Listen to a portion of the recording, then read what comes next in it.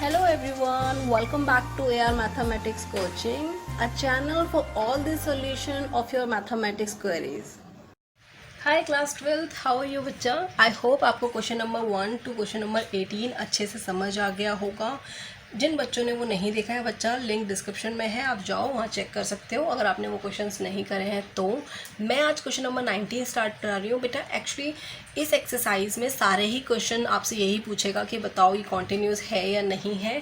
19 से मैं अलग से इसलिए करा रही हूँ क्योंकि यहाँ से थोड़े से क्वेश्चन में लैंग्वेज अलग होगी, ये थोड़ा सा क्वेश्चन थोड़ा सा ट्रिकी होगा, कुछ अलग फॉर्मेट में पूछ देगा, लेकिन पूछेगा वही कि ये कॉन्टिन्यूस है या नहीं है. तो चलिए स्टार्ट करते हैं. सो क्वेश्चन नंबर 19 हम पढ़ लेते हैं. क्वेश्चन नंबर 19 कहता है show that the function defined by greatest gx is equal to x minus में greatest integer of x is discontinuous at all integer points. बच्चा जो ये आपको साइन दिख रहा है, ये इस साइन का मतलब होता है ग्रेटेस्ट इंटीजर, यही आपको बताया है. और वो कहता है कि बताओ कि लेस देन और इक्वल टू. ओके, तो आपको सबसे पहले पता होना चाहिए ग्रेटेस्ट इंटीजर होते क्या हैं. तो आपको मैंने सिंबल बता दिया. ये जो सिंबल होता है ये किस चीज़ का सिंबल होता है? ग्रेटेस्ट इंटीजर का. अब थोड़ा जान लेते हैं कि ग्रेटेस्ट इंटीजर होता क्या है. ग्रेटेस्ट इंटीजर बेटा नाम का ग्रेटेस्ट होता है. ये एक्चुअली हमें जो देता है इंटीजर वो हमेशा क्या देता है? स्मॉलेस्ट इंटीजर देता है, मतलब छोटा. सपोज कि कोई एक्स नंबर है आपके पास 4.37, मतलब डेसिमल में नंबर है. अब आपको कोई बोले कि इसकी कौन सी डिजिट ले, क्योंकि ये 4 बिटवीन 4 और 5 में वो लाई कर रहा है, तो आपको पता होना चाहिए कि किधर इसकी डिजिट हम कौन सी लेंगे. तो हमेशा कौन सी लेते हैं? स्मॉलेस्ट. तो 4.37 है तो हमेशा हम कौन सी लेंगे? 4. सेम एग्जाम्पल 2.36 होगा तो हमेशा कौन सी लेंगे? 2. मतलब स्मॉलेस्ट इंटीजर हमेशा लेते हैं. हमेशा ग्रेटेस्ट इंटीजर जो होता है वो हमेशा हमें कौन सा इंटीजर देता है? स्मॉलेस्ट इंटीजर देता है. ओके, और अगर सिंपल 3 होगा तो 3 रहेगा, 9 हुआ तो 9 रहेगा. लेकिन अगर डेसिमल में है तो हमेशा इनमें हम देखना है कि कहाँ किन के बीच में लाई कर रहा है, और फिर उन दोनों में से जो स्मॉलेस्ट होगा वही हमारा आंसर होगा. अब देखते हैं हमारे क्वेश्चन में हमें किस तरह से करना है. तो आपको कोई वैल्यू नहीं दी कि किस वैल्यू पर ये ग्रेटेस्ट इंटीजर आपको नहीं दिया हुआ, तो हम आपको पता है हम क्या करते हैं? एज्यूम करते हैं let at x is equal to c मतलब मैंने कोई कांस्टेंट नंबर ले लिया, आप भी कुछ भी ले सकते हो उधर. ठीक है, तो हमने इसमें वैल्यू पुट करी. अगर c के इक्वल होता तो यहाँ पे c पुट कर दिया. c माइनस में ग्रेटेस्ट इंटीजर c माइनस में c.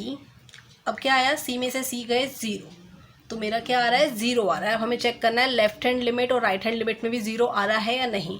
बच्चा एक और बात, अभी मैंने जैसे आपको बताया, यहाँ पे मैंने सी क्यों लिखा है, क्योंकि अभी मैंने आपको बताया कि अगर 3 होता है तो डायरेक्ट 3 होता है. आंसर क्या आता है? 3. 9 था तो 9 होएगा डायरेक्ट. अगर यहाँ पर कोई 4.37 होता तो हम क्या लेते? 4 लेते. ओके, तो यहाँ पे सी है, मतलब कोई एक ही डिजिट है, कोई डेसिमल का रोल नहीं है, तो सी आ जाएगा direct. Okay, now left hand limit and right hand limit हमें चेक करनी है. तो हमें आपको पता यही चीज़ है, तो आपने लिमिट लगाई सी नेगेटिव सी पॉजिटिव. जो स्टूडेंट बिल्कुल न्यू है, जिसको नहीं पता ये क्वेश्चंस क्या हो रहे हैं, तो बच्चा लिमिट जब हम लगाते हैं तो एक बार हम चेक करते हैं नेगेटिव, एक बार हम चेक करते हैं पॉजिटिव. तो हमें क्या करना होता है? कोई नंबर, जो भी आपको नंबर दिया है उसमें से कोई चीज़ माइनस करनी होती है, और वो माइनस करी हुई चीज़ इतनी छोटी होती है जो किसके अप्रोच करती है? किसको? 0 को. तो h टेंस टू 0. तो c माइनस में h आपने x की वैल्यू पुट करी, माइनस c माइनस में h. ओके, क्योंकि h टेंस टू 0 है तो c माइनस में h की जगह तो 0 आ जाएगा. बट यहाँ मैंने c माइनस 1 लिया है. क्यों? ये सबसे इंपॉर्टेंट रोल है कि हमने यहाँ पे c माइनस 1 क्यों लिया है, h की वैल्यू 1 कैसे आई. ये आपको क्वेश्चन मुझसे पूछना है. मैं आपको बता देती हूँ बेटा कि क्योंकि इंटीजर में, ग्रेटेस्ट इंटीजर में क्या है, अगर आपका कोई नंबर है 6, तो अगर आप देखोगे लेफ्ट हैंड लिमिट में 6 में से हमें क्या करनी है? कोई चीज़ माइनस करनी है, तो वो डेफिनेटली 5 में आ जाएगी, 5.99 समथिंग में आ जाएगी. अगर आप लेफ्ट हैंड लिमिट की बात कर रही हूँ, अगर आपका कोई नंबर लेट करा है 6 मान लो, सपोज कर रहे हैं, उसमें से अगर हम कुछ माइनस करते हैं ना c माइनस में h, तो बेसिकली जब c माइनस h कर रहे हैं तो कोई नंबर जो आएगा वो क्या आएगा? 5.999 को समथिंग आएगा. तो 6 यानी कांस्टेंट नंबर से वो क्या हो जाता है? एक नंबर कम हो जाता है. आप देख रहे हो 6 था तो क्या बन गया? 5. इसीलिए मैंने यहाँ पे क्या लिखा है? कांस्टेंट नंबर से एक कम, यानी c माइनस में 1. क्लियर है कि 1 क्यों आया है यहाँ पर? यहाँ 0 क्यों नहीं आया? क्योंकि सिर्फ लेफ्ट हैंड लिमिट में ऐसा होता है कि अगर यहाँ पे c माइनस एच है, किसी भी कांस्टेंट नंबर से हम कुछ माइनस कर रहे हैं, तो आपकी जो वैल्यू आती है वो हमेशा 6 से एक कम आती है, जो कि किस में आती है? 5.999 में। और अगर 5.99 है तो इन दोनों के बीच में, किसके बीच में लाई कर रही है? 5 और 6 के लाई कर रहा है, तो हम हमेशा कौन सा लेंगे? स्मॉलेस्ट। इसलिए हमने यहाँ पर क्या लिया है? 1 लिया है, मतलब c माइनस में 1। ओके, तो c माइनस में अब यहाँ पे हम h लगा देंगे। h टेंस किसको अप्रोच करता है? 0 को, तो c माइनस में 0 minus c minus minus plus 1, c plus c minus c cancel, तो हमारा आंसर आ गया 1। ओके, तो विच मीन्स कि दोनों एक दूसरे के इक्वल नहीं है, तो मुझे यहाँ पर भी चेक करने की ज़रूरत नहीं है क्योंकि यहीं पर इक्वल नहीं है। तो यहाँ पर अगर इक्वल हो भी जाएगा तो कोई फ़र्क नहीं पड़ता, पर फिर भी चेक करके मैं दिखा रही हूँ आपको। फंक्शन आपके सामने है, लिमिट मैंने लगाई c पॉजिटिव, यानी x की वैल्यू रखी मैंने c प्लस में h, माइनस x की वैल्यू रखी c प्लस में h माइनस c प्लस में h। मतलब हम एग्जाम्पल कहाँ ले लूँ? यहीं पे दिखा दूँ आपको। कोई वैल्यू मान लो 6 थी, तो 6 प्लस में अगर कुछ भी लिया है तो वो नंबर क्या हो जाएगा? 6.001 ही रहेगा। तो ये किसके बीच में लाई कर रहा है? 6 और 7 के। तो स्मॉलेस्ट क्या हुआ? 6 हुआ, मतलब कांस्टेंट नंबर ही हुआ, इसलिए यहाँ पर क्या आ गया? c आया। You are getting my point? ये दोनों आपको पता चल गए। यहाँ पर 1 क्यों आया? c minus 1। और यहाँ पे सिर्फ c क्यों आया? क्योंकि यहाँ पे c प्लस h था, और c प्लस h मतलब 6 प्लस 1 या मतलब 1 भी क्यों? 0.11 कुछ भी, तो कुछ भी क्या आएगा? 6.00 कुछ भी आएगा। तो ये किस में लाई कर रहा है? 6 और 7 के बिटवीन लाई कर रहा है। तो स्मॉलेस्ट कौन सा हुआ? 6। तो मैंने यहाँ पे ले लिया कांस्टेंट हुआ 6। क्योंकि h अप्रोच करता है 0 को, तो हमने 0 ले लिया। c से c कैंसिल हो गया, आंसर क्या आ रहा है? 0, which means left hand limit is not equal to right hand limit. तो this function is discontinuous at all integral points, यही आपसे पूछा गया है। तो चलता है क्वेश्चन नंबर 20 पे। क्वेश्चन नंबर 20 क्या कहता है? क्वेश्चन नंबर 20 कहता है, is the function defined by x square minus sine x plus में 5 continuous at x is equal to pi. Okay, कह रहा है एक्स की वैल्यू अगर आप पाई रखते हो तो बताओ ये फंक्शन कॉन्टिन्यूस है या नहीं है। ओके, तो इट्स वेरी इजी, आपको सेम वैसे ही करना है जैसे हम अभी तक करते आए हैं।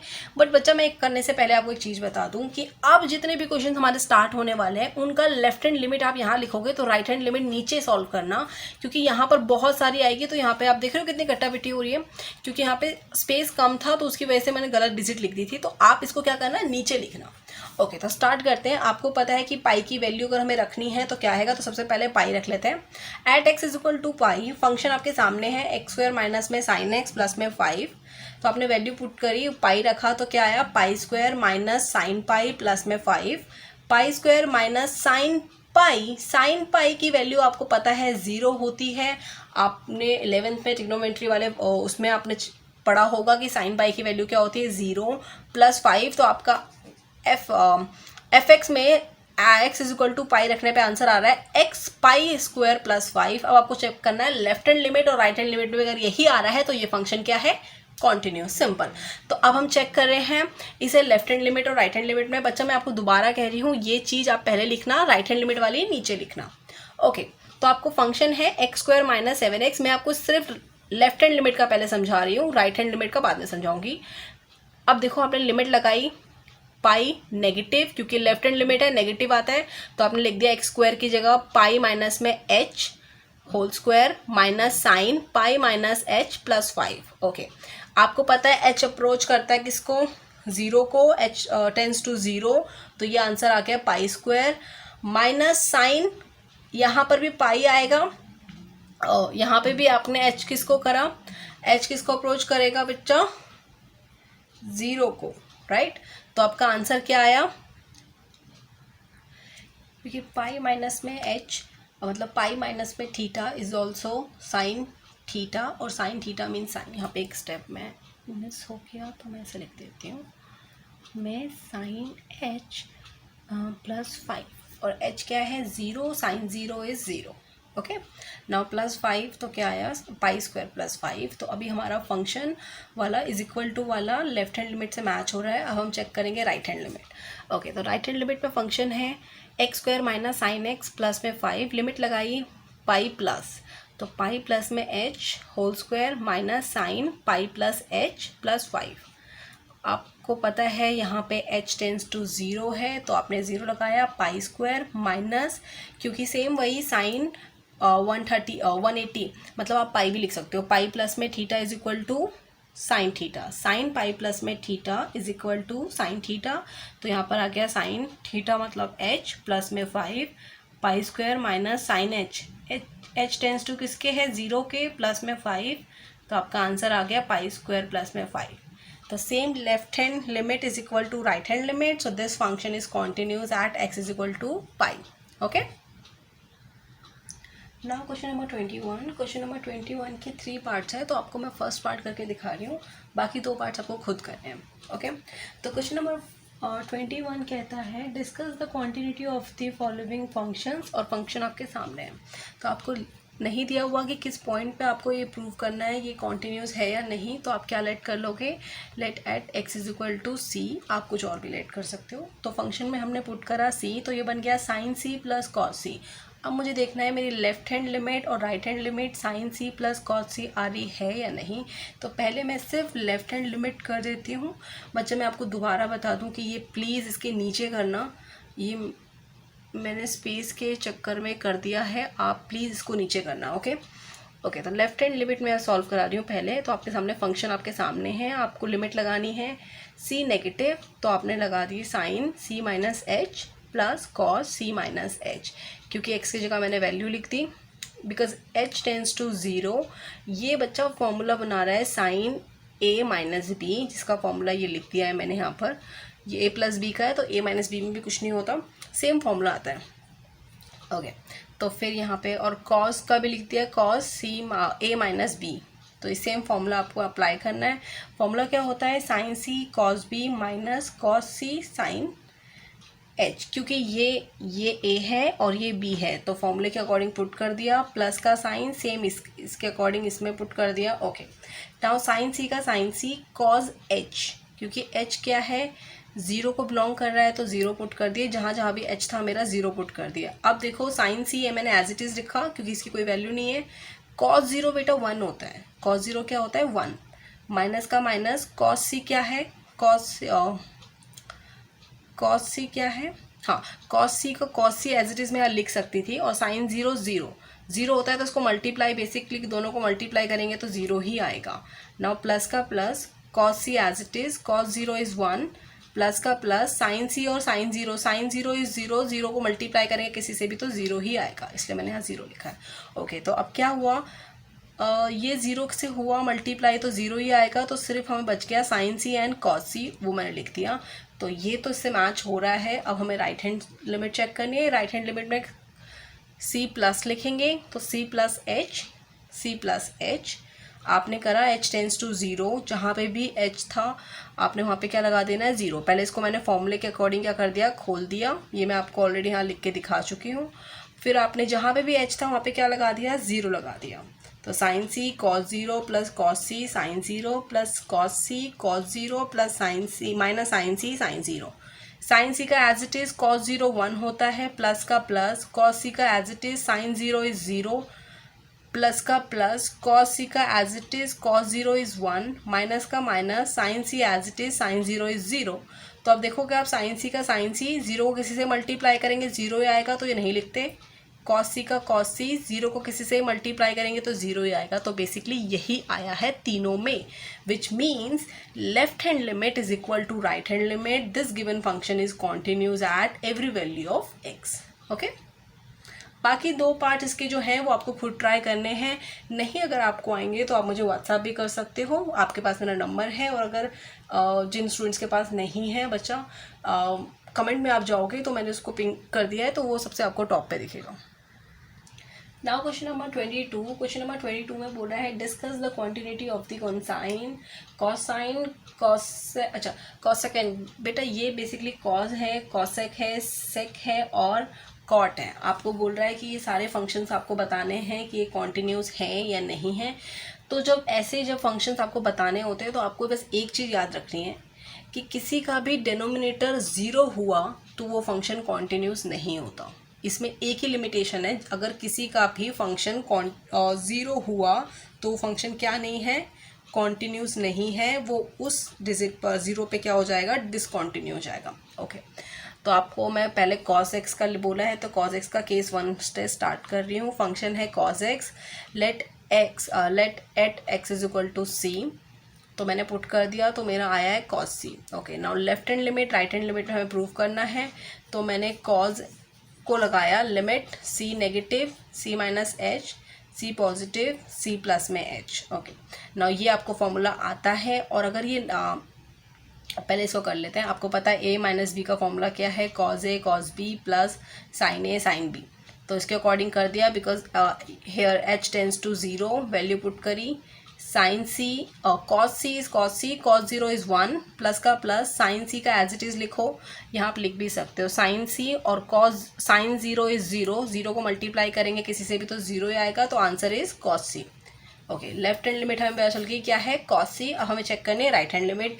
ये आपका फर्स्ट तरीका है, मैं दूसरा तरीका ही बता रही हूँ आपको। जैसे ही आप यहाँ पे लिमिट लगाते हो कि c प्लस h, आप यहाँ डायरेक्ट भी लिख सकते हो, h टेंस टू 0, तो आप यहाँ h की जगह पे क्या लिख दो, 0, तो बेसिकली क्या हो जाएगा, ये cos c ही बन जाएगा।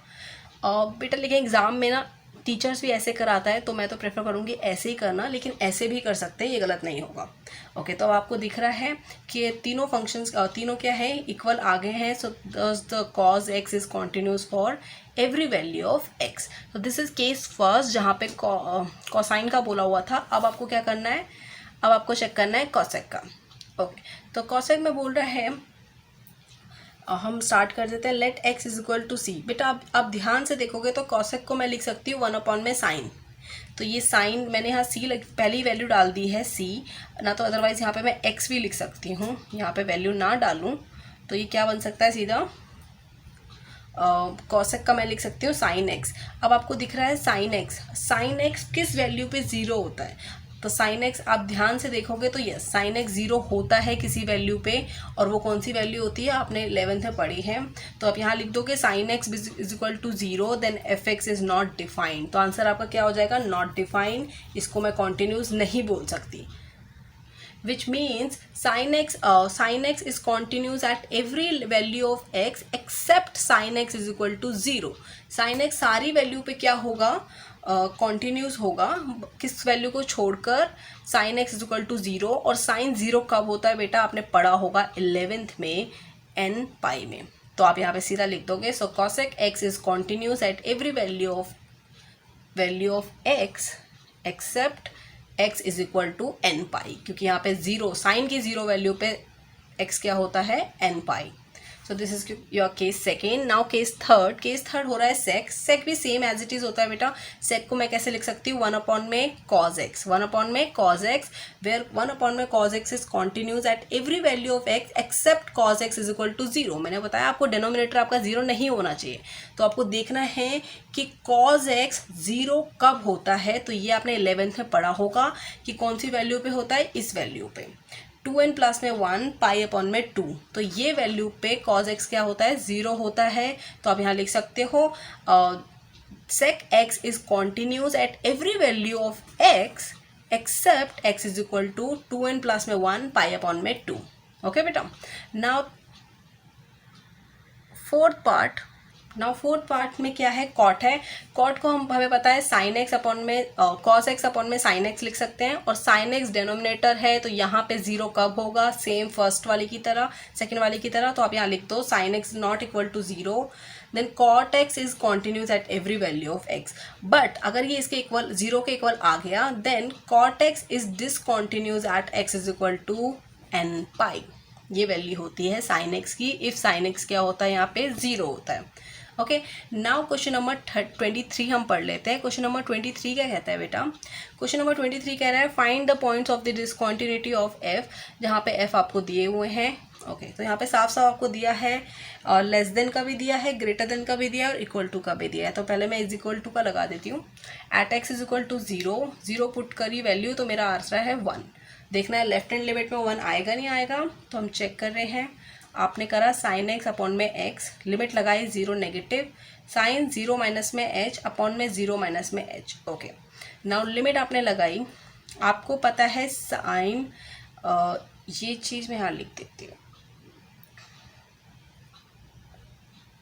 यहाँ पे लिखती हूँ कि अगर ये साइन के अंदर कोई नेगेटिव होता है तो वो क्या हो जाता है, बाहर आ जाता है नेगेटिव उसका। ये आपने 11th क्लास में सीखा होगा, तो ये मुझे बताने की ज़रूरत नहीं है। साइन अंदर माइनस थीटा है तो बाहर आ जाएगा वो, तो इसका साइन जो ये 0 था तो 0 गया, माइनस एच का क्या था, एच बाहर आ गया, तो ये बन गया साइन एच अपॉन में एच, माइनस से माइनस कैंसिल आउट। ये भी आपने पढ़ा होगा, साइन थीटा अपॉन में theta is equal to 1, so here this answer is 1। So left hand limit मेरी 1 आ गई। अब राइट हैंड लिमिट आपको करनी है, तो राइट हैंड लिमिट है x प्लस में 1, आपने लिमिट लगानी है 0 पॉजिटिव, तो लगा दिया, x की वैल्यू लिख दी 0 प्लस में h, where h tends to 0, तो value is 1। So here left hand limit is equal to right hand limit. This function is continuous at x is equal to 0. Now question number 24 same कह रहा है कि बताओ ये continuous है इस function पे, तो आपको यहाँ पे चीज़ दो कंडीशन दी है, if x is equal to 0 होगा तो फंक्शन ये होगा, और नॉट इक्वल टू 0 मतलब 0 से कम हुआ तो भी ये फंक्शन है, 0 से ज़्यादा हुआ तो भी ये फंक्शन है, मतलब लेफ्ट हैंड लिमिट और राइट हैंड लिमिट के लिए ये फंक्शन है। Got it? यहाँ पे साइन नहीं दिए हुए, पर सिंपल आपको बोला है 0 के इक्वल नहीं है, तो आपका ये फंक्शन है, मतलब लेफ्ट हैंड का भी और राइट हैंड का भी यही होगा। ओके, तो at x is equal to 0 आपने वैल्यू पुट करी, 0 ही आया। नाउ आपको करना है लेफ्ट हैंड लिमिट चेक और राइट हैंड लिमिट चेक। तो पहले मैं लेफ्ट हैंड लिमिट चेक कर देती हूँ।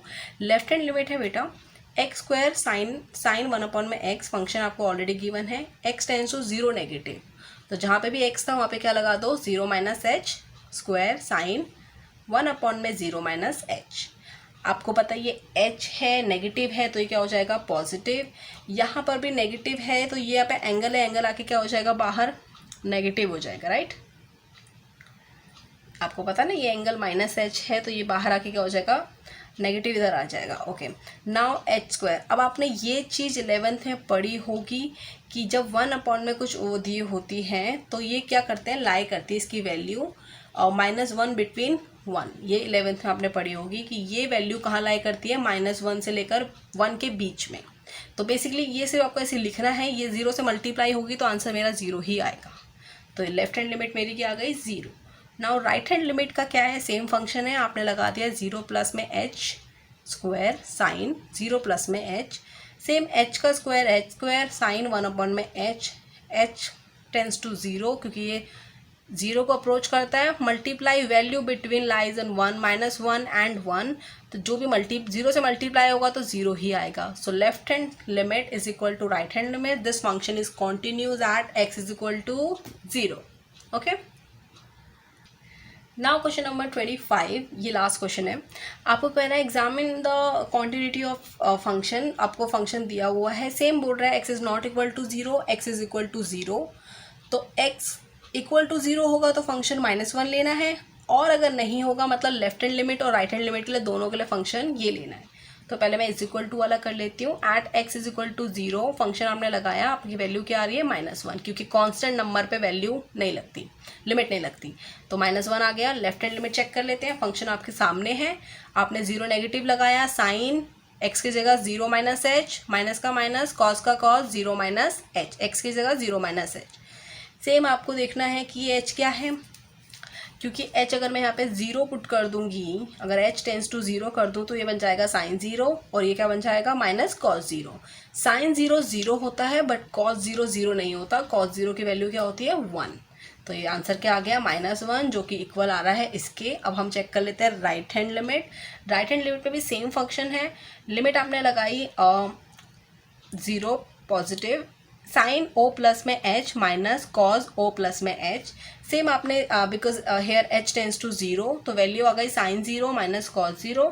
साइन 0 0 होता है बट कॉज 0 0 नहीं होता, 1 होता है, तो आंसर इज -1।